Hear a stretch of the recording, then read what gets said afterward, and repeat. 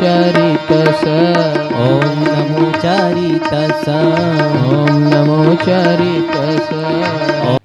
Do you all agree? क्यों? अरे जब भगवान आप उनको भगवान कहते हैं, तो जब भगवान के चेले चमेले के ऊपर अटैक हो रहा है और भगवान नहीं बचा सकते, तो भगवान काहे के? हाँ नहीं वो कर्म तो क्या, लेकिन फिजिकली तो वहाँ उनके सामने ही हो रहा है कि नहीं? हो रहा है कि नहीं? तो फिर वो बचा नहीं पाए. अगर उन्होंने उसको तेजोलेशिया की विद्या दी थी, तो उनके पास और भी कोई विद्या होगी ना जो वो वापर सकते थे उसको काउंटर करने के लिए. महाभारत रामायण देखा कि नहीं? काउंटर विद्या होती थी. तो भगवान ने ऐसा क्यों नहीं किया?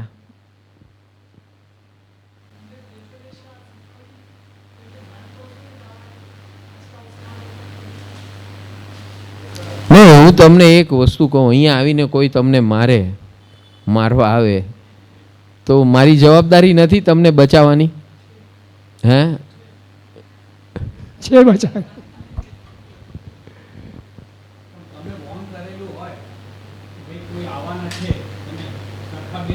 હા હા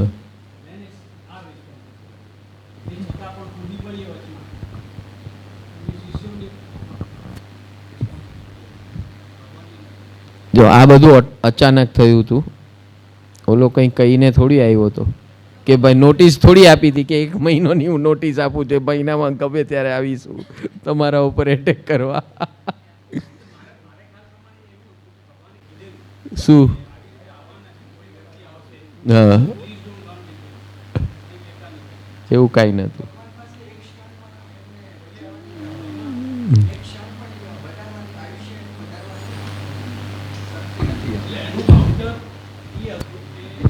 કોનું આયુષ્ય? ઓલા બેનું. ભગવાન જાણતા હતા કે એ બેનું આયુષ્ય પૂરું થઈ ગયું છે, અને ભગવાન પોતે પણ એક ક્ષણ પણ એમના માટે વધારવા એમની પાસે શક્તિ નથી. દીપકભાઈ જવાબ સારા ગોતી કાઢે. ભગવાનને બચાવી દીધા. ઓલાના નસીબમાં એનું ભવિષ્ય ખતમ. ભગવાન જાણતા હતા કે આનું આયુષ્ય પૂરું થઈ ગયું છે, અને ભગવાન પાસે એવી કોઈ સત્તા નથી એમને બચાવવા માટે. એમને યુઝ નથી કર્યો એ સત્તાનો. અચ્છા અચ્છા, એટલે ભગવાને કાંઈ બીજું કાઉન્ટર ન કર્યું એમ? હા, એમ તમારું માનવું છે? ગિરીશભાઈ કે બધાને કહી દીધું હતું ભગવાને વચમાં નહીં આવતા, આ એટેક કરવા આવવાનો છે, એટલે તમે વચમાં નહીં આવતા, એને જે કરવું એ કરવા દેજો. ના, કીધું પણ હોઈ શકે, પણ એમને ભગવાન પ્રત્યે પ્રેમ હોય એટલે એમના શિષ્યો તો વચ્ચે આવે ને. આનું જે પ્રકરણ હતું એમાં એવી રીતે હતું કે ભગવાને નિર્દેશ આપેલા કે કંઈ પણ કરે મને, તમે કોઈ વચમાં નહીં આવતા. He will do all any damn thing, please don't come between. તે છતાં પણ એ 2 જણા આવ્યા.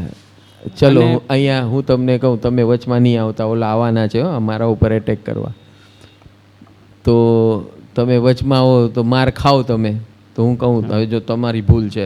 હા, એબ્સોલ્યુટલી રાઈટ. તમારું જો કીધેલું અમે માન્યું નહીં તો અમને એમની પ્રસાદી મળી. Simple as that. આને હવે આજે મારો એટલે ખબર પડશે આ જવાબ બદલાઈ જશે. બહુ દોઢ ડાયા થાય ને, પડે ને ત્યારે ખબર પડે ને ફિઝિકલ, ત્યારે ખબર પડે, ત્યારે પછી અભિપ્રાયો બદલાઈ જાય. ચલો 2 જવાબ આવ્યા. What do you say about it? આપણો આ વિષય ક્યાંથી નીકળ્યો? આ ક્વેશ્ચન ક્યાંથી આવ્યો? નહીં હા, આપણી વાત એ હતી કે શરીર હોય ને ન હોય, કેવળ જ્ઞાન અવસ્થા બેવની સેમ છે. One is with body, one is without body. When without body is સિદ્ધ અવસ્થા, with body is Arihant Avastha. Okay. So our goal is to achieve that Kaivalya. That state, Kaivalya, ultimate state, Kaivalya Gyan. Keval Gyan means only, there is nothing else but Gyan. That state. Nothing else but Gyan means what? Means कोई भी कर्म का प्रभाव मुझ पर होता नहीं है, उसका अर्थ है कैवल्य, केवल ज्ञान। लेकिन मेरी शरीर है, इसलिए शरीर की जो भी प्रक्रिया है, चलना फिरना बोलना, आहार ग्रहण करना, शरीर है तो आहार भी होता है, तो ये सब जो भी है कार्य क्रियाएं हैं वो चालू ही है, शरीर है इसलिए। लेकिन इरियापति की है, सांप्रदायिक नहीं है, इरियापति की बोलते हैं उसे। इरियापति की यानी कि उसी क्षण आपको रेती होती है, रेती पानी में भिगाओ, ये कंस्ट्रक्शन वाली रेती पानी में भिगाओ और दीवार पे मारो तो चिटकेगी कि नहीं? चिटकेगी। जब तक पानी है तब तक, पानी जैसे निकल गया सूख के गिर जाएगी, बराबर है, ठीक है। इसी प्रकार भगवान ने ये समझाया है कि अभी उसकी जगह पे सीमेंट डालो रेती में और फिर वो दीवार पे ठोको तो सीमेंट क्या करता है? चिटका देता है। तो ये हम लोग क्या करते हैं, हमारा कर्म कैसा है? सीमेंट वाला, हम चिटक जाते हैं। और भगवान का शरीर होते हुए भी कर्म है, घाती कर्म खत्म हो गए, अघाती कर्म है 4। कौन से हैं? वेदनीय, आयुष्य, नाम कर्म और गोत्र, बराबर। नाम और गोत्र तो जो थे पैदा हुए तब से आ गया, रह गया आयुष्य और वेदनीय। आयुष्य तो जब तक सांस का काउंटिंग चल रहा है तब तक है, सो ये भी निश्चित है। रह गया क्या? वेदनीय। तो वेदनीय शरीर है तब वेदना को भुगतना ही पड़ेगा। अब कैवल्य है तो उस वेदना का क्या? कैवल्य है तो उस वेदना का क्या?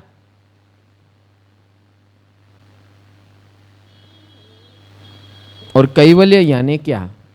ये बहुत बड़ी चर्चा, मैंने बहुत बार बोला भी है। हमारी मुंबई यूनिवर्सिटी में जब ऐसे ऐसे विषय होते हैं तो कैवल्य किसे कहते हैं, व्हाट इज केवल ज्ञान और सर्वज्ञता, ये सारे ऐसे विषय। Is do actually Kaivalya exist and what is it, उसका स्वरूप क्या है अगर है तो।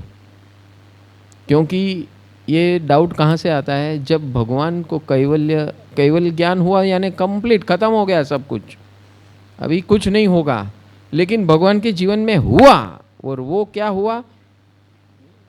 तेजोलेशिया, और उसकी असर 6 महीने रही। कितने महीने? 6 महीने। क्या रही असर पता है आपको? हाँ, खून लोही ना झाड़ा थया અને આસ્તે આસ્તે આસ્તે આસ્તે ઔષધ, અને એ ઔષધ કોણ બનાવતું હતું?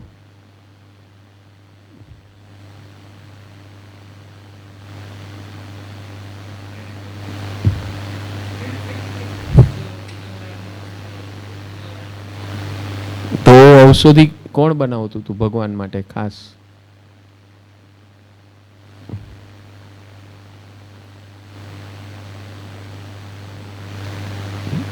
खबर से इतिहास? कई श्राविका?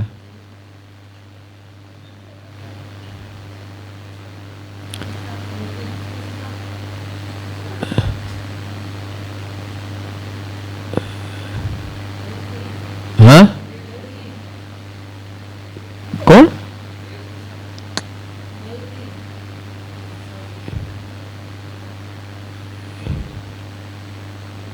मथी છે એની રાશિ।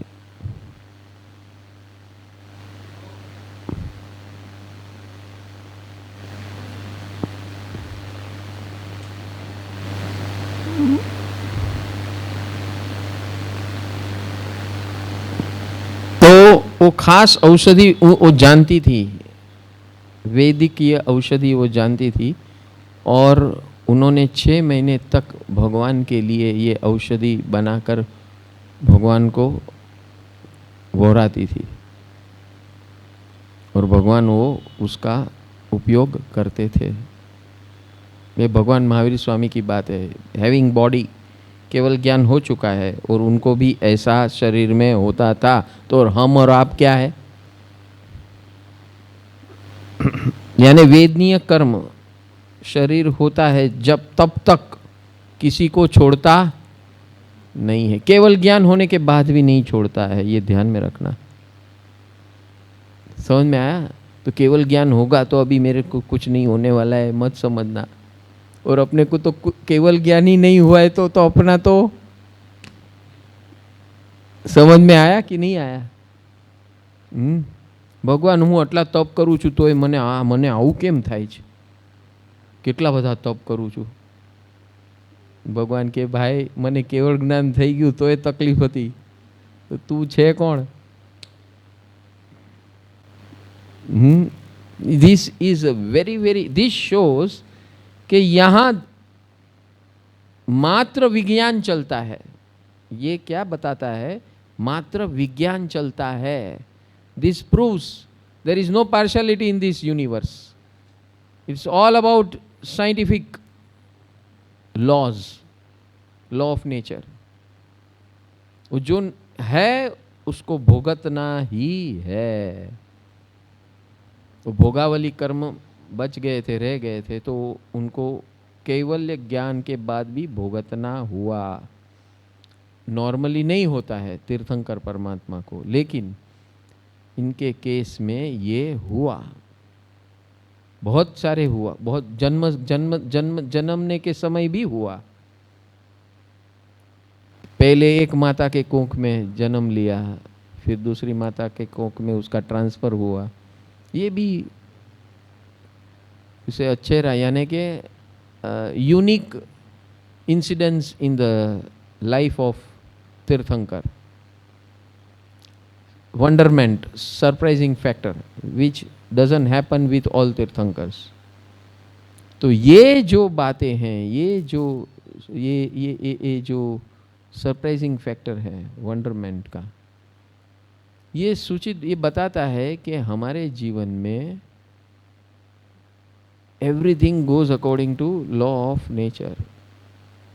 यही ज्ञान में डालना है और इसी ज्ञान को पकड़ के चलना है, स्टार्टिंग से लेकर एंड तक। और इसीलिए भगवान एक सम्यक ज्ञान के ऊपर बहुत वजन देते हैं कि भाई सगड़ा दुखनु मूળ अज्ञान दीपक समझे सम्यक ज्ञान।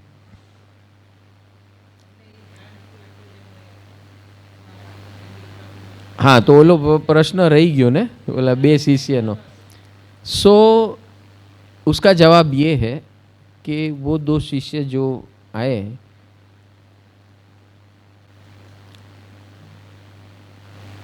केवल ही भगवंत कभी भी पर आधार पे रिएक्शन नहीं देते हैं।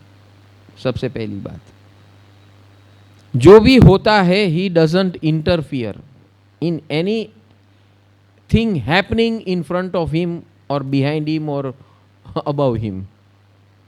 समझ में आया कि नहीं? केवली भगवान का मूल कैवल्य का अर्थ ये है, he doesn't interfere, he will only indicate।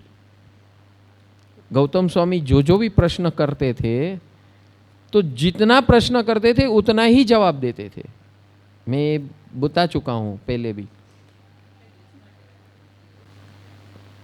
कि प्रश्न ये हुआ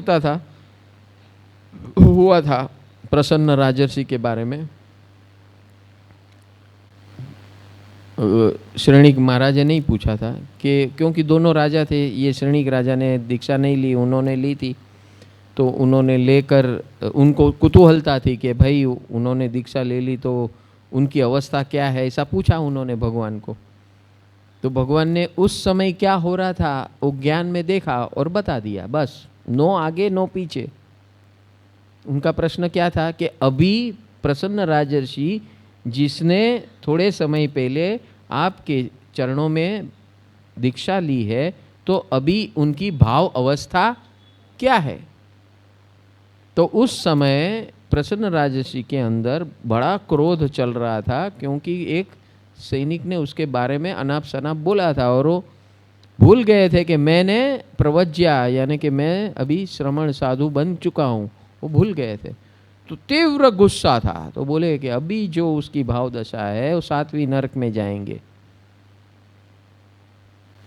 फिर 2 घंटे बाद पूछा वापस श्रेणिक राजा ने कि भाई 7वीं नरक,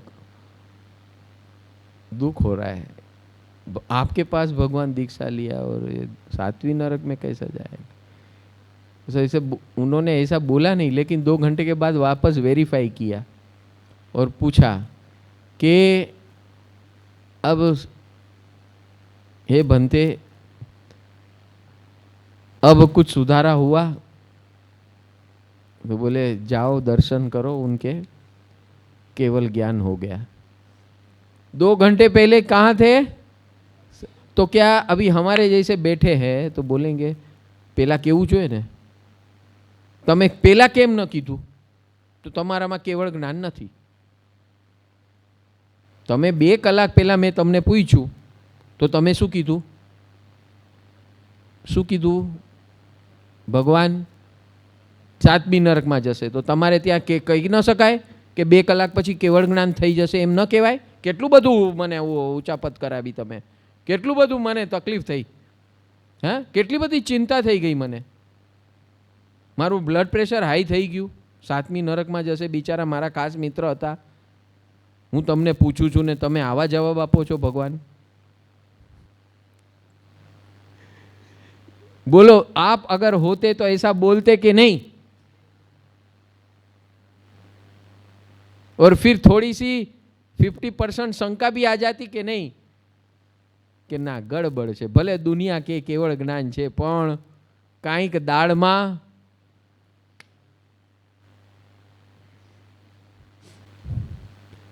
બોલો मान धाताओ, बुद्धिशालियों, यही ब्यूटी है श्रेणिक राजा और गौतम स्वामी की, यही ब्यूटी है। बोला कि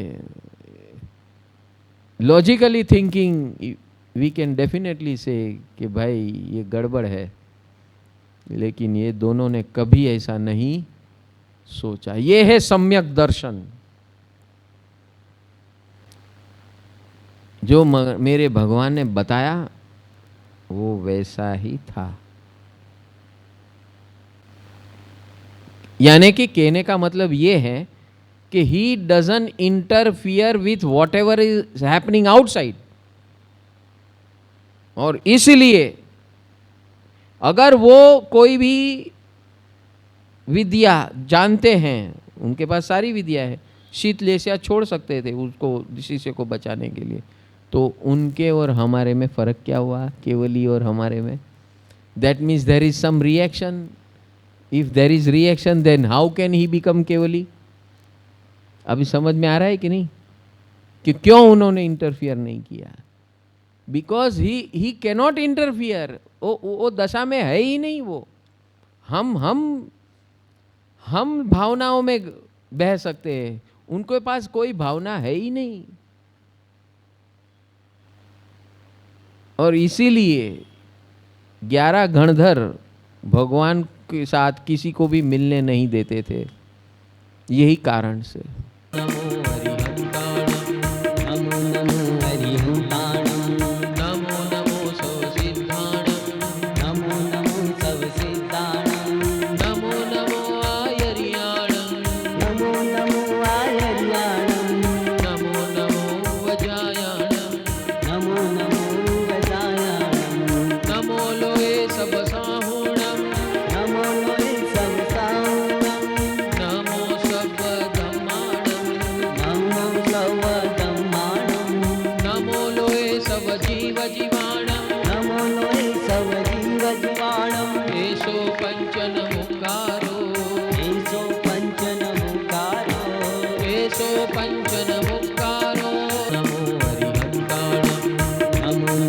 हरि हूँ ताण